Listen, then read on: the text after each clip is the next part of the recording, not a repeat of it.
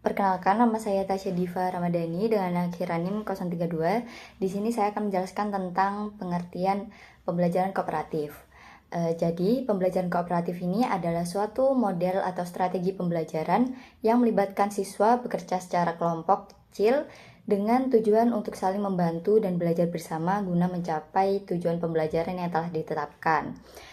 Menurut Rustamen et al. Pada tahun 2003 menyatakan bahwa strategi pembelajaran kooperatif merupakan salah satu pembelajaran yang dikembangkan dari teori konstruktivisme karena mengembangkan struktur kognitif untuk membangun pengetahuan sendiri melalui berpikir rasional. Menurut Warsono dan Haryanto pada tahun 2020 menyatakan bahwa pembelajaran kooperatif ini adalah model pembelajaran yang melibatkan sejumlah kelompok kecil siswa yang bekerja sama dan belajar bersama secara interaktif untuk mencapai tujuan pembelajaran yang dirumuskan. Selanjutnya di sini ada beberapa strategi pembelajaran kooperatif yang populer menurut para ahli. Yang pertama yaitu metode STAD atau Student Team Achievement Divisions, yang artinya siswa dibagi dalam kelompok heterogen beranggotakan 4-5 orang. Setiap siswa mempelajari materi secara mandiri dan saling membantu anggota kelompoknya. Kemudian dilakukan evaluasi individu dan kelompok. Nilai individu ini digabung menjadi nilai kelompok untuk memacu kerjasama dan peningkatan prestasi tim. Lalu yang kedua ada metode jigsaw, yaitu setiap kelompok kecil mempelajari bagian materi yang berbeda. Anggota dari setiap kelompok kemudian bergabung ke kelompok ahli yang membahas bagian materi tersebut secara lebih mendalam. Setelah itu, anggota kembali ke kelompok asalnya untuk mengajarkan materi yang sudah dikuasai, sehingga terjadi saling pengajaran antar siswa.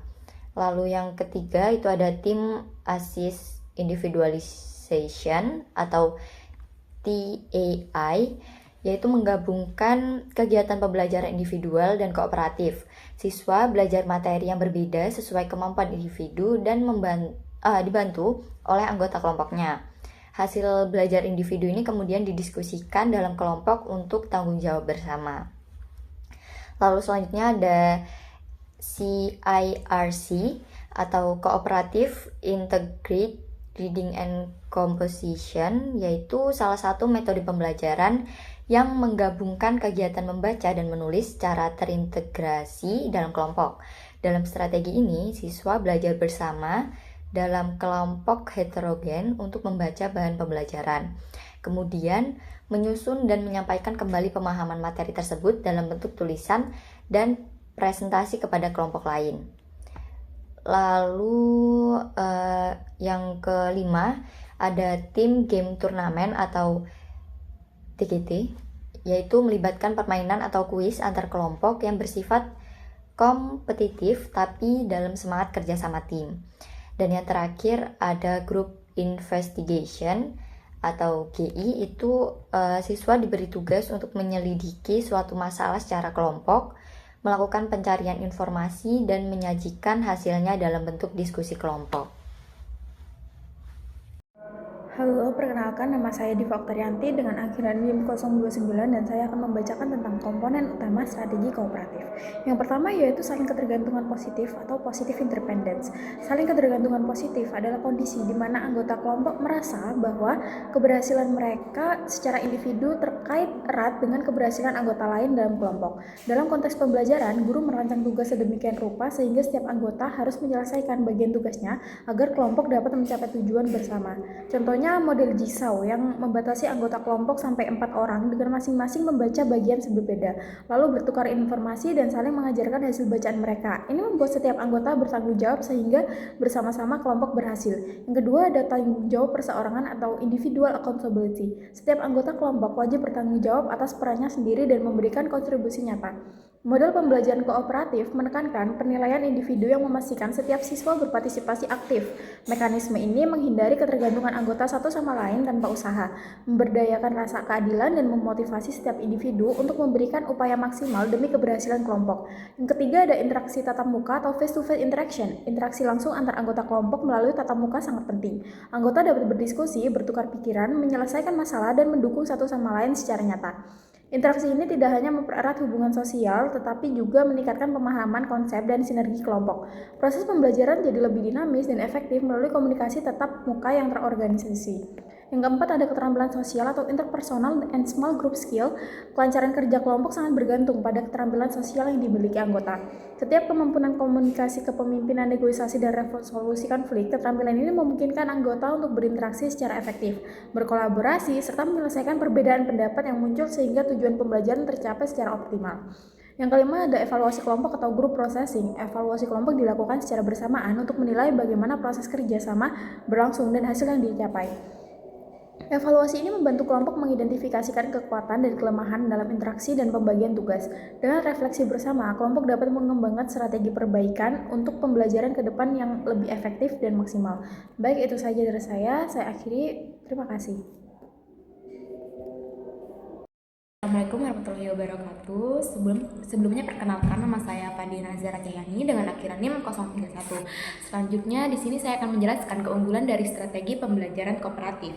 Pertama, strategi ini membuat siswa lebih mandiri dalam belajar. Mereka tidak hanya menunggu penjelasan guru, tetapi juga aktif mencari informasi dan juga memahami materi bersama teman satu kelompok.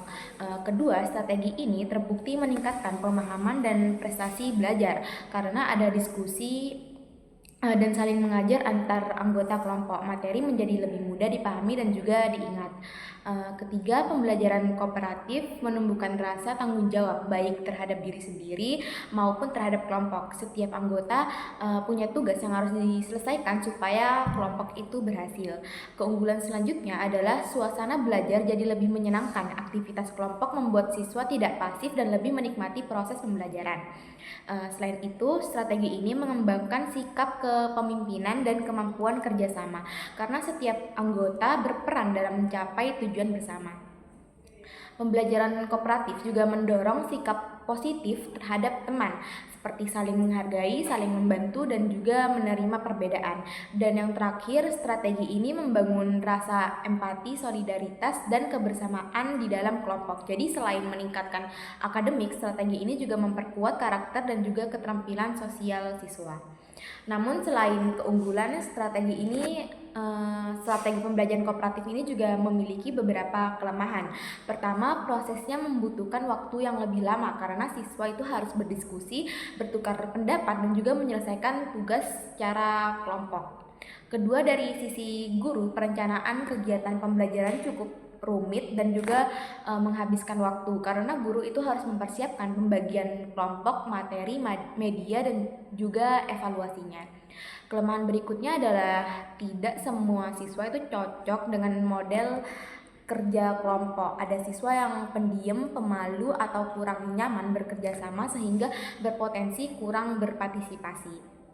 Selain itu, pembelajaran kooperatif juga membutuhkan guru yang sangat siap baik dalam manajemen kelas maupun dalam membimbing interaksi kelompok. Kemudian strategi ini juga memerlukan lebih banyak tenaga dan juga fasilitas, misalnya lembar kerja, ruang gerak, atau media tambahan. Dan kelemahan yang terakhir adalah adanya potensi dominasi dalam kelompok. Siswa yang aktif biasanya itu mengambil alih, sementara siswa yang pasif hanya ikut-ikutan tanpa benar-benar memahami materi tersebut.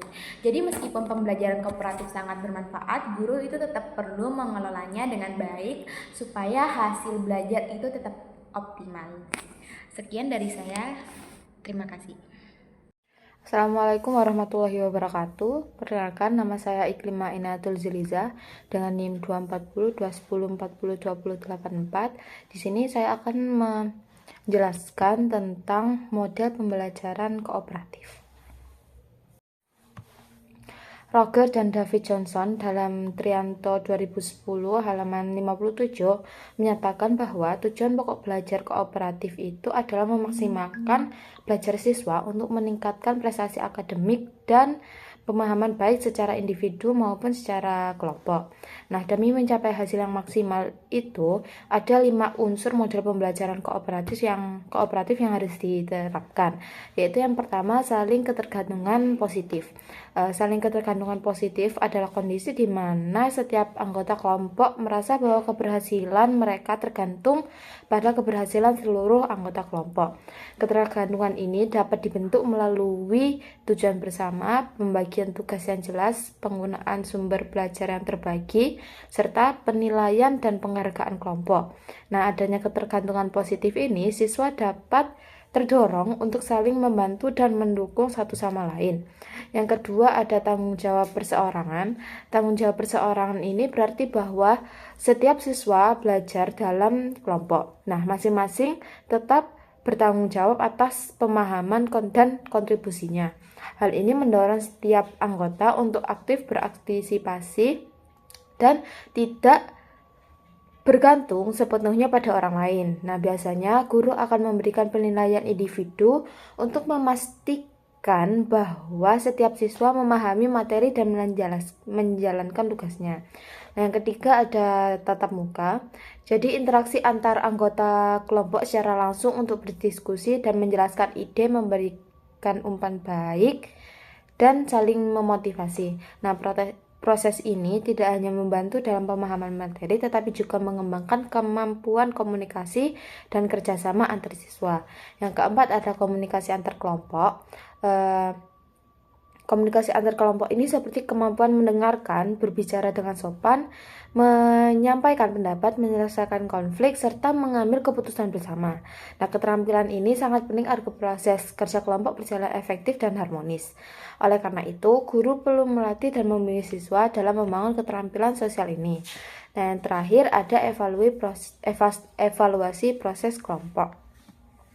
Kegiatan evaluasi itu adalah kegiatan refleksi yang dilakukan oleh kelompok untuk menyelesaikan tugas. Dalam proses ini, anggota kelompok mengevaluasi apa yang telah berjalan dengan baik, apa yang masih perlu diperbaiki, dan bagaimana cara meningkatkan efektivitas kerjasama di masa depan. Nah, evaluasi ini bertujuan untuk meningkatkan kinerja kelompok serta menumbuhkan rasa tanggung jawab yang kolektif. Nah, selanjutnya saya akan menjelaskan sintaks model pembelajaran kooperatif. Nah, fase yang pertama itu menyampaikan tujuan dan memotivasi siswa.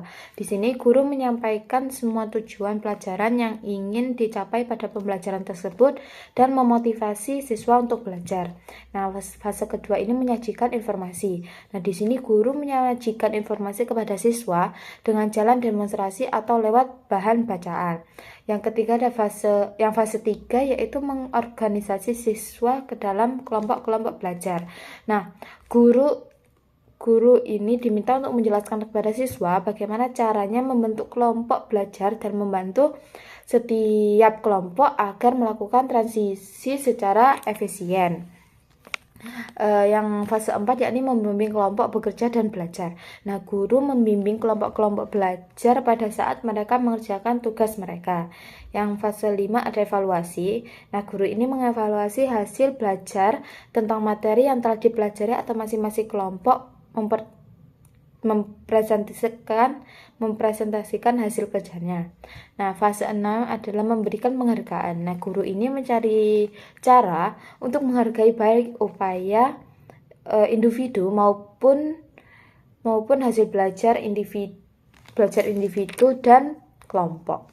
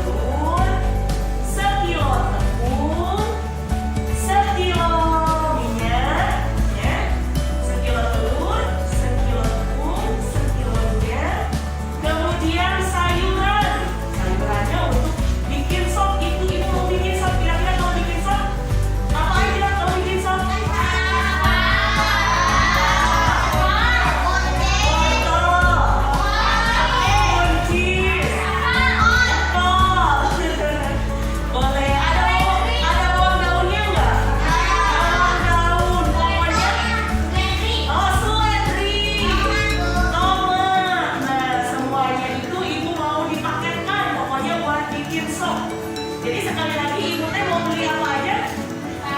Sekilo telur, sekilo tepung terigu, sekilo minyak, sama sepaket sayur sop. Ya, sayur sop. Harganya, ingat-ingat tadi ibu bawa uang berapa? 100.000 rupiah. Harganya 1 kilo telur itu harganya 22.000. Haha, harganya 22.000. Sama nggak